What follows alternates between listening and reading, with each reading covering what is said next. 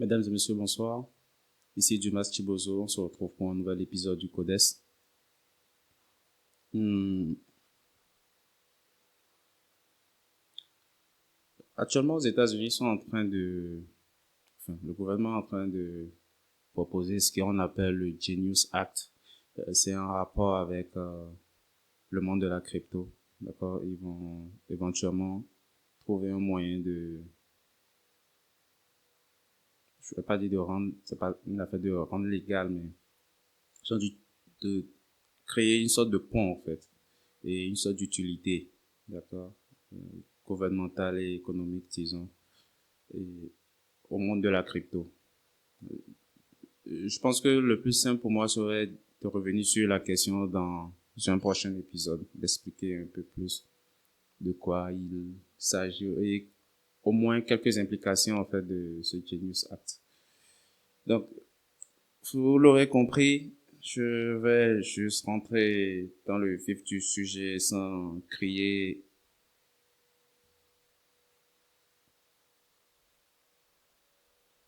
Et la question du jour s'intitule Comment créer de l'espoir à partir de rien?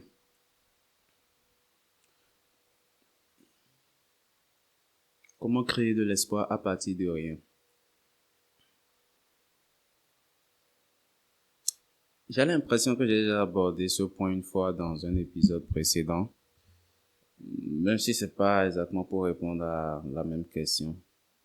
Parce que je pense qu'il y avait un épisode où je racontais un peu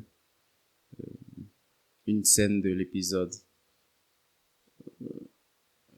une scène d'un épisode de la série Sandman. Je crois que c'est bien Sandman le titre de la série. Et ça avait rapport avec, voilà, Morphée en réalité, le dieu du sommeil, du monde des rêves, etc. Et dans cette scène, il était allé récupérer, je ne sais pas, quelque chose, d'accord, disons en enfer. D'accord, il a rencontré Lucifer et, et puis ils sont rentrés dans une sorte de bataille, d'accord, où chacun annonçait en fait comment je vais dire, je me rappelle plus bien en fait du contenu de leur dynamique, mais l'idée est que chacun en fait annonçait un état de conscience et l'autre annonçait un état de conscience supérieur. Donc c'était genre l'un dit je suis le monde, l'autre dit je suis l'univers, un truc bizarre comme ça. Et éventuellement peut-être je vais resuivre cette histoire-là pour pouvoir mieux le réexpliquer. Mais l'idée c'est que à la fin, je crois qu'à un moment donné, Morphée faisait comprendre que, je sais même plus s'il s'appelait Morphée dans le truc. Mais l'idée est qu'à un moment donné, il annonçait en fait qu'il était l'univers, enfin, l'univers ou le monde, etc. Et Lucifer lui faisait comprendre que elle était, en fait, les ténèbres avant toute forme de création. D'accord? Et tu voyais qu'il était à genoux. Et en étant à genoux, en fait, il dit, au fait, que, en fait, la seule chose, en fait, qui reste, parce qu'il n'y a plus rien, que c'était l'espoir. Alors, je suis l'espoir. Un truc comme ça. Et éventuellement, comme ça, de cet espoir, renaît, en fait, la lumière, ou apparaît la lumière, disons-le comme ça. Donc, pour répondre à la question, c'est comment créer de l'espoir à partir de rien. Littéralement, la réponse est, l'espoir, c'est la seule chose qui reste quand rien n'est plus. C'est la seule chose qui reste quand rien n'est plus. C'est un peu comme si je disais que c'est la seule chose qui n'a pas besoin d'effort pour être, d'énergie, pour être, de justification, pour être. C'est la seule chose qui n'a pas besoin de dynamique réelle pour être. C'est la seule chose qui est quand rien n'est plus. C'est-à-dire que vous n'avez pas besoin d'être sûr pour avoir de l'espoir. Vous n'avez pas besoin d'être le plus grand optimiste, quoique ça aide pour avoir de l'espoir. Quoique ça aide et quoique l'espoir et l'optimisme, euh, pour moi, d'une certaine mesure, sont totalement indissociables. Je pourrais toujours revenir sur la question un peu plus tard dans la discussion. Donc, c'est pour dire que lorsque vous n'avez rien, lorsque vous pensez que vous n'avez plus rien, sachez que vous avez l'espoir. Pas que vous avez de l'espoir. Sachez que vous avez l'espoir. Sachez que vous pouvez compter sur l'espoir. Et de ce fait, ayez de l'espoir. Et lorsqu'on rentre dans cette dynamique, avoir de l'espoir constitue une marche dans la dynamique de être optimiste. Voilà pourquoi pour moi, en règle générale, je ne vais pas dissocier les deux notions. C'est juste de l'optimisme. C'est juste accepter que c'est possible. Juste déclarer que c'est possible. Décréter que, ok, c'est possible. Sans chercher à justifier, sans chercher à prouver, sans chercher à faire valider cela. Juste déclarer que c'est juste possible. Et y mettre suffisamment d'attention pour commencer à y croire. Dans Candide, c'est qui a écrit Candide? De Voltaire. Je crois que c'est Voltaire qui a écrit Candide, hein, si je vois le nom. Il y a un personnage, d'accord, c'est un bouquin extraordinaire. Bon, je l'ai lu il y a il y a un millénaire que j'ai lu ce bouquin-là. Je vais dire en 2004 que j'ai lu Candide de Voltaire, donc on va m'excuser si je me rappelle plus trop, enfin, si je me rappelle plus du nom je crois qu'il y avait Candide, il y avait une fille qui s'appelait, non, je vais pas raconter n'importe quoi. Bref, il y avait quand même un personnage dans, dans l'ouvrage, en fait, et c'est littéralement un éternel optimiste, ce monsieur-là. C'était un monsieur qui était par rapport aux contemporains de l'histoire, c'est-à-dire par rapport à Candide et autres. Il semblait, dans la description, de mon point de vue, quelqu'un de relativement plus âgé, d'accord, etc. Et qui a vécu vraiment des trucs pas forcément jolis, mais qui avait un optimisme fou. Et ce truc-là cette lecture de 2004, cette lecture de Candide en 2004 n'a laissé dans mon esprit, en fait, qu'une seule phrase. Réellement, la seule chose que j'ai retenue du fait d'avoir lu le bouquin Candide, c'était une seule phrase. Et cette phrase dit que l'optimisme, c'est la rage de croire que tout va bien, même quand tout va mal.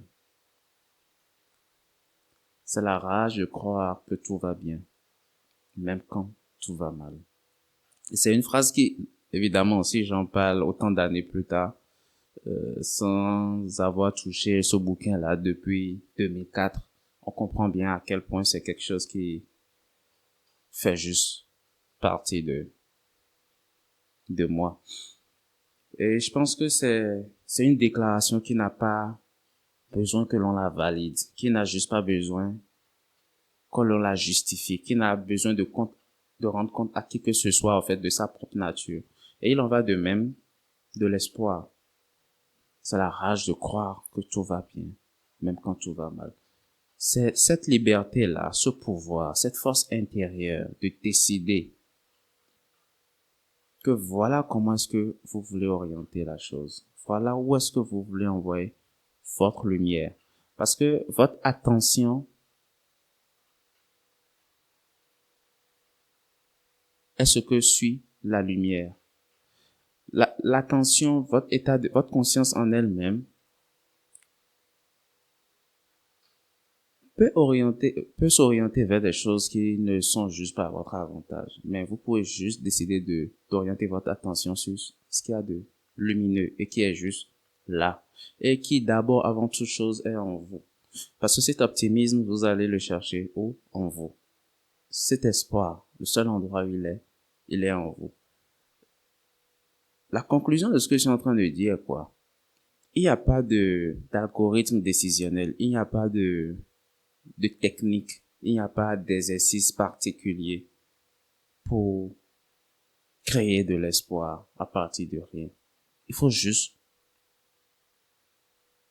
faire cette déclaration, en fait, d'espoir. Il faut juste être l'expression, en fait, de cet espoir. Il y a juste à le déclarer. Il y a juste à le reconnaître et à le déclarer. Parce que c'est littéralement la seule chose qui vous reste. Lorsque vous n'avez plus rien. Lorsque rien n'est plus. C'est littéralement la lumière qui apparaît.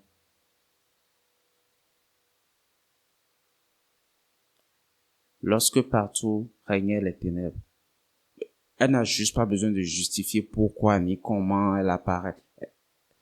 Elle, elle apparaît, elle est juste. D'où elle vient, ça, c'est le problème de personne. Elle est juste.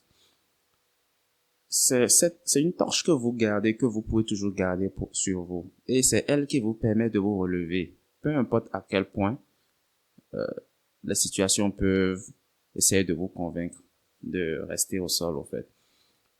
Pour moi, c'est la première marche vers toute chose. Dans l'optimisme, c'est la première marche. L'espoir est une démonstration de l'optimisme, ou l'optimisme est une démonstration d'espoir. Les deux étant intimement liés. Et il y a Saint Paul, je crois bien, qui disait un truc, l'apôtre Paul, qui disait que les trois choses, je suis en train de paraphraser, d'accord? Les trois choses les plus importantes, c'est la foi, l'espoir et la charité. La charité étant l'amour, en fait. D'accord? Faith, hope and charity. La foi, l'espoir et la charité. On va pas rentrer, au fait, d'accord, cet exercice d'expliquer, au fait, non seulement le contexte dans lequel il parlait, mais les implications de ce dont il parlait. Mais le fait est que, sur la marche, au fait, des choses les plus importantes, l'espoir crie présente. Elle crie présente. Je lui donne une connotation, enfin, je lui accorde une nature féminine. Même si on dit un espoir, d'accord? Je lui accorde une nature féminine. Je pense que ça, c'est mon appréciation de la chose. Pas un genre féminin, parce que le genre de l'espoir est masculin, bien entendu, mais une nature féminine, d'accord? Et je pense que c'est une belle chose parce que elle permet à n'importe qui, d'accord, peu importe sa position, de pouvoir créer quelque chose de différent, de pouvoir créer un monde nouveau. C'est la chose qui nous fait dire, et ce qui est extraordinaire, en fait, mon esprit est en train de toucher quelque chose. Si, lorsqu'il n'y a plus rien, lorsque rien n'est plus,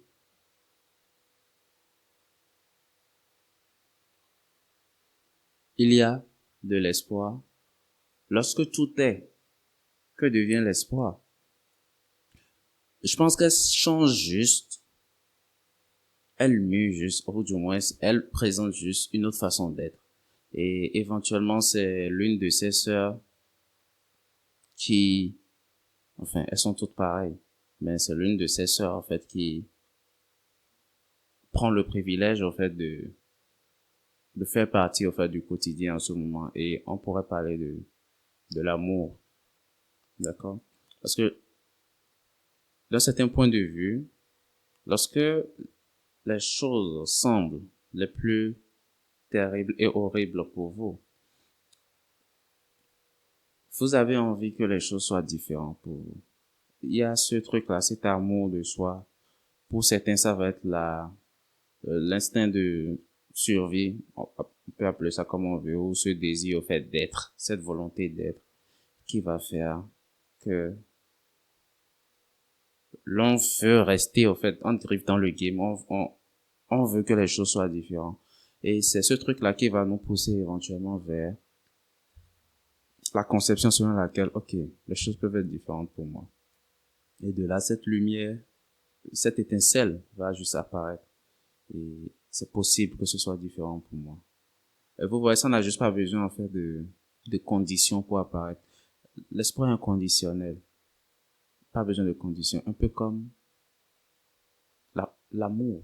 L'amour est inconditionnel.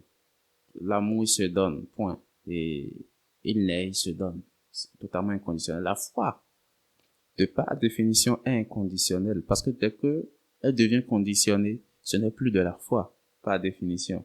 D'accord? Donc, ce sont des notions, c'est des triplés de mon point de vue, même si elles sont exactement, écoutez, c'est la même origine, c'est la même source. Donc, c'est des triplés. Elles sont pas vraiment interchangeables, mais elles se complètent tellement bien que, voilà, on peut juste accepter qu'elles sont pareilles. D'accord? Pas dans le sens où elles sont les mêmes, mais elles sont juste pareilles. Euh, Ça me rappelle, au fait, il y a quelques années, je causais avec des amis et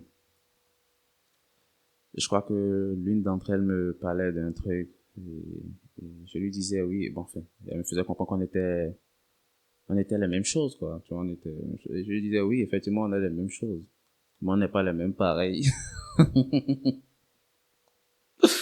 Et donc, pour revenir à la chose, vous voyez, ces trois concepts sont, elles sont guidés par l'inconditionnel. Pas besoin de conditions pour avoir de l'espoir. Pas besoin de conditions pour aimer. Pas besoin de conditions. Ou du moins, la foi exige de ne pas être conditionné. Il n'y a pas de condition. Dès qu'il y a une condition pour justifier, au fait, la foi, ce n'est juste plus donc de la foi. Il en va de même pour l'amour. C'est plus populaire, l'amour est plus populaire de ce point de vue de haut. En théorie, bien entendu, beaucoup de gens font preuve d'amour théorique, inconditionnel, jusqu'à ce que les, les implications émotionnelles rentrent en jeu et du coup, ils veulent conditionner chaque brin d'amour qu'ils donnent. Ça, c'est une autre discussion pour un autre jour. Anyway, il en va de même pour l'espoir, d'accord? Et c'est la chose, disons, la chose la plus aisée, la chose la plus simple qui se donne, et pourtant si puissante, parce que ne valant pas moins que ses sœurs. Elle est si puissante, parce que figurez-vous, lorsque tout arrête de marcher, lorsque plus rien ne marche, elle, elle peut toujours apparaître. Elle peut toujours faire la différence pour chacun d'entre nous. Et donc, ce qu'il faut retenir de tout ce que j'ai dit, puisque en réalité, il n'y a pas beaucoup de choses à dire sur la question, c'est tout simple. Gardez l'espoir quelque part dans votre être, comme une bouée, votre bouée. C'est quelque chose qui, acceptez qu'elle fait juste partie de vous et comprenez que l'espoir en réalité c'est la déclaration. En réalité, c'est la déclaration de ce que vous voulez. Vraiment. C'est la bénédiction d'accorder à ce que vous voulez le droit d'être sans sans recherche de validation, sans recherche d'approbation, sans recherche de justification, sans preuve de quoi que ce soit. C'est lorsque vous déclarez ce que vous voulez, telle chose, est ce que je veux. Et je n'ai pas besoin de justifier du fait que je veux que telle chose est ce que je veux. D'accord? Je veux aller mieux. J'ai envie d'aller mieux. Je peux aller mieux. Cette déclaration de possibilité de je peux aller mieux. Les choses peuvent aller mieux pour moi. les choses peuvent changer pour moi, les choses s'améliorent pour moi, vont s'améliorer pour moi. Cet espoir, même si, ok, tout semble s'écrouler, bah, je peux m'en sortir. Cette note, parce que, enfin, peu importe la façon dont l'espoir va trouver le moyen de s'exprimer à votre niveau en mots, c'est-à-dire peu importe les mots que vous allez utiliser dans un contexte ou un autre pour faire preuve d'espoir, la conclusion est la même. C'est une déclaration de ce que vous voulez. C'est une déclaration de la vie. L'espoir est une déclaration de la vie. Il n'y a que dans la vie que peut éclore de l'espoir. D'accord? Il n'y a que dans la vie que peut éclore l'amour. Il n'y a que dans la vie que peut éclore la foi. C'est une déclaration de la vie. C'est une déclaration du vivant à la vie. Et c'est une déclaration qui n'a pas besoin qu'on la justifie. Elle a juste besoin d'être. Elle a juste besoin que vous lui accordez votre bénédiction. Cette grâce-là, de la déclarer, est la bénédiction que vous lui accordez. Parce que cet état d'être est. C'est-à-dire, telle chose est possible. C'est un état d'être qui est, mais qui n'est pas déclaré. Et donc, qui n'a pas encore votre bénédiction. Jusqu'à ce que vous décidez de déclarer cela. Lorsque vous déclarez que c'est possible pour vous, là est votre bénédiction. De par votre conscience et de par votre choix, vous venez de bénir, au fait, l'espoir, lui accorder la possibilité de s'exprimer à travers vous. Parce que l'espoir s'offre à vous quand vous voulez bien la prendre dans vos bras. Elle est toujours là. Et vous la voyez, si vous voulez bien, tournez votre regard vers elle. Je dis vers elle, encore comme je l'ai dit un peu plus tôt dans le truc. Bien sûr, on dit un espoir, etc. However, si je devrais humaniser l'espoir, lui donner une forme humaine, ce serait une dame d'une brillance divine, habillée de blanc, une beauté hors de ce monde, céleste, et, et d'une nature des plus subtiles, gracieuse et bienveillante. Harmonie du ciel et de la terre. Candide, patiente, présente, puissante, en silence, généreuse de sa présence et de son amour, généreuse de son attention.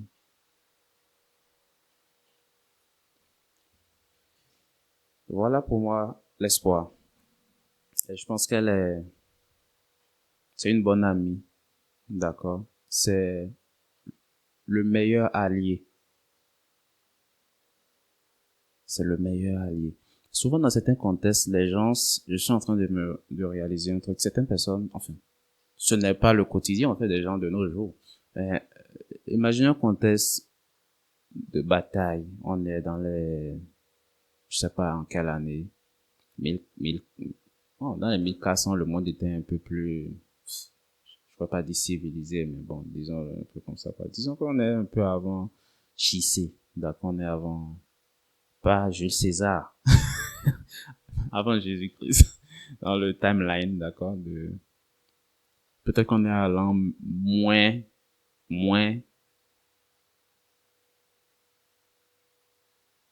800 par exemple, d'accord, et il y a des conflits. Ou revenons même après JC. Prenons une époque de Gengis Khan, peu importe l'époque, d'accord, mais vous voyez ces époques-là qui ne sont pas l'époque moderne, où vous avez un champ de bataille et les gens se battent et à un moment donné, c'est juste que du chaos et vous êtes juste là avec vos hommes, vous êtes peut-être entourés et vous perdez vos hommes les uns après les autres. Il n'y a plus rien en fait à dire, il n'y a plus rien à faire. Vous avez envie de gagner, ce n'est plus juste gagner, c'est plus juste une histoire de gagner la bataille, vous voulez juste vivre.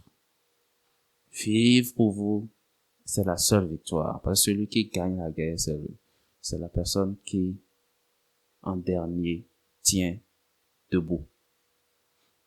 Cette personne-là a gagné la guerre. Debout et vivant, bien entendu. Et donc, tout ce que vous voulez en ce moment, c'est gagner la guerre. Et il y a de la rage. De la rage. D'observer, au fait, vos limites par rapport à l'ennemi, etc. D'observer, au fait, les vôtres tomber sans pouvoir rien faire pour empêcher cela. Il y a cette rage-là et en même temps, vous voulez juste vous battre. Et vous voulez vous battre pour chacun de vos hommes.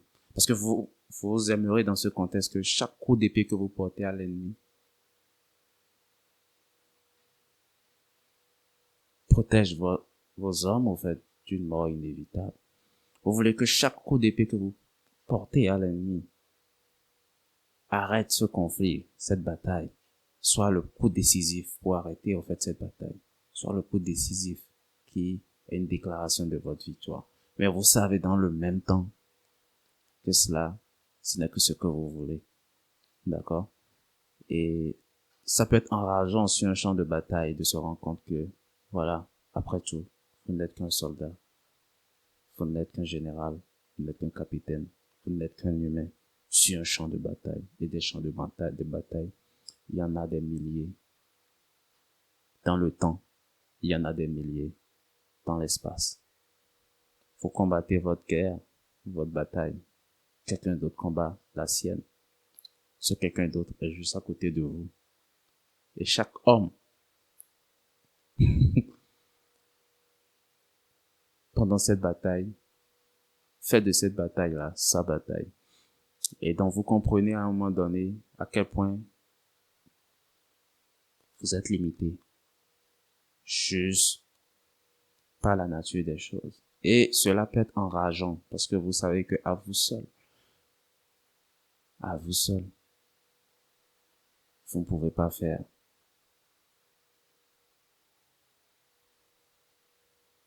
changer cette bataille. Vous ne pouvez gagner cette bataille tout seul. Mais c'est ce que vous voulez. Et dans le même temps, l'ennemi ne fait qu'avancer et vous ne faites que perdre des hommes. Vous ne reculez peut-être pas, mais vos hommes tombent les uns après les autres. Et dans ce cafouillage, il est facile de céder. De céder. Parce que certains vont céder à la panique. Certains vont céder à la peur. Certains vont céder à la lâcheté. Mais vous décidez de garder le cap. Pourquoi? Pourquoi feriez-vous une chose comme ça? Une chose pareille? Pourquoi continuer d'avancer indépendamment de ce qui se passe? Pourquoi continuer de crier en avant indépendamment de ce qui se passe? Cette façon obstinée de penser et de faire, à quoi sert-elle dans un contexte pareil? Il n'y a qu'une seule chose pour vous. Ce n'est pas de tuer la personne en face. Ce n'est pas d'atteindre la ligne au-delà des 10 mètres devant vous, ou des 100 mètres, ou du kilomètre devant vous. C'est de rester en vie. Vous espérez rester en vie. Et la seule façon que vous trouvez pour démontrer votre envie, votre force de vivre, c'est de continuer d'avancer. Je pense que c'est une autre façon qu'a l'espoir de s'exprimer. Cette fois-ci sur un champ de sang et de cris, où ne se font entendre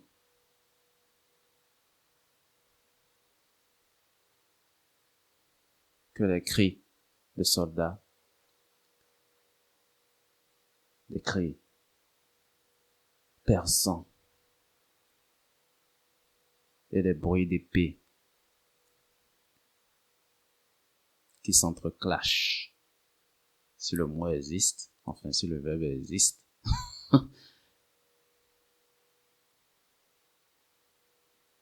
et des bruits qui se font moins perçants que l'on entend que lorsque l'épée transperce la chair. Au milieu de tout ce chaos, tout ce que vous voulez servir, vous espérez jusqu'à la fin de tout ça, pourvu que cette journée-là finisse. Mais à la fin de tout ça, pourvu que vous soyez en vie pour voir, en fait, cette journée finie. Écoutez, même dans le plus grand, écoute, encore une fois, lorsqu'il n'y a plus rien, la seule chose qui vous reste, c'est de l'espoir. Alors je vais vous encourager à faire preuve d'espoir. Comprendre qu'il ne nécessite aucune forme d'effort pour avoir de l'espoir. Il s'agit juste de déclarer. Déclarer ce que vous voulez. De tout votre cœur, de toutes vos forces, de tout votre être. De déclarer avec conviction que c'est ce que vous voulez. La différence avec la foi va être de déclarer avec conviction que voilà ce qui va se passer. L'espoir, c'est déclarer avec conviction que voilà ce que je veux qui se passe. Je n'en démords pas, c'est ce que je veux. Et je sais que c'est possible. Déclarer cette possibilité au milieu. Le simple fait de la déclaration d'espoir vient du fait que tout semble porter à croire que ce n'est juste pas possible. Donc le simple fait de déclarer, ok, c'est possible pour moi, ou telle chose au milieu du chaos, est une déclaration d'espoir en elle-même. D'accord?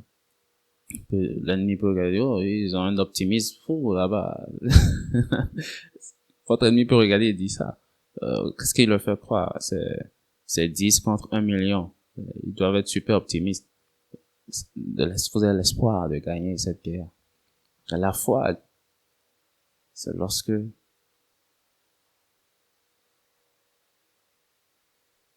votre déclaration est accompagnée du fait que, ok, vous avez la conviction que vous l'avez gagné cette guerre.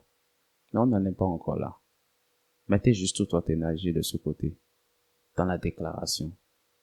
Votre conviction dans le fait que c'est vraiment ce que vous voulez. Soyez convaincus que c'est vraiment ce que vous voulez. Et déclarez-le, parce que c'est vraiment ce que vous voulez. Et ce que je dis est valable dans n'importe quelle situation. Ayez toujours de l'espoir. Toujours l'espoir que l'espoir, c'est une marche en avant. C'est toujours une marche en avant. Quel que soit le contexte, cela vous permet, en fait, de faire encore un pas vers l'avant.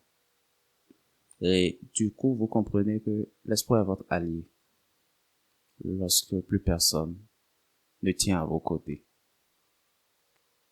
Et encore une fois, pour la énième fois, je nous exhorte à faire preuve d'espoir. Faire preuve d'espoir quand la situation le demande.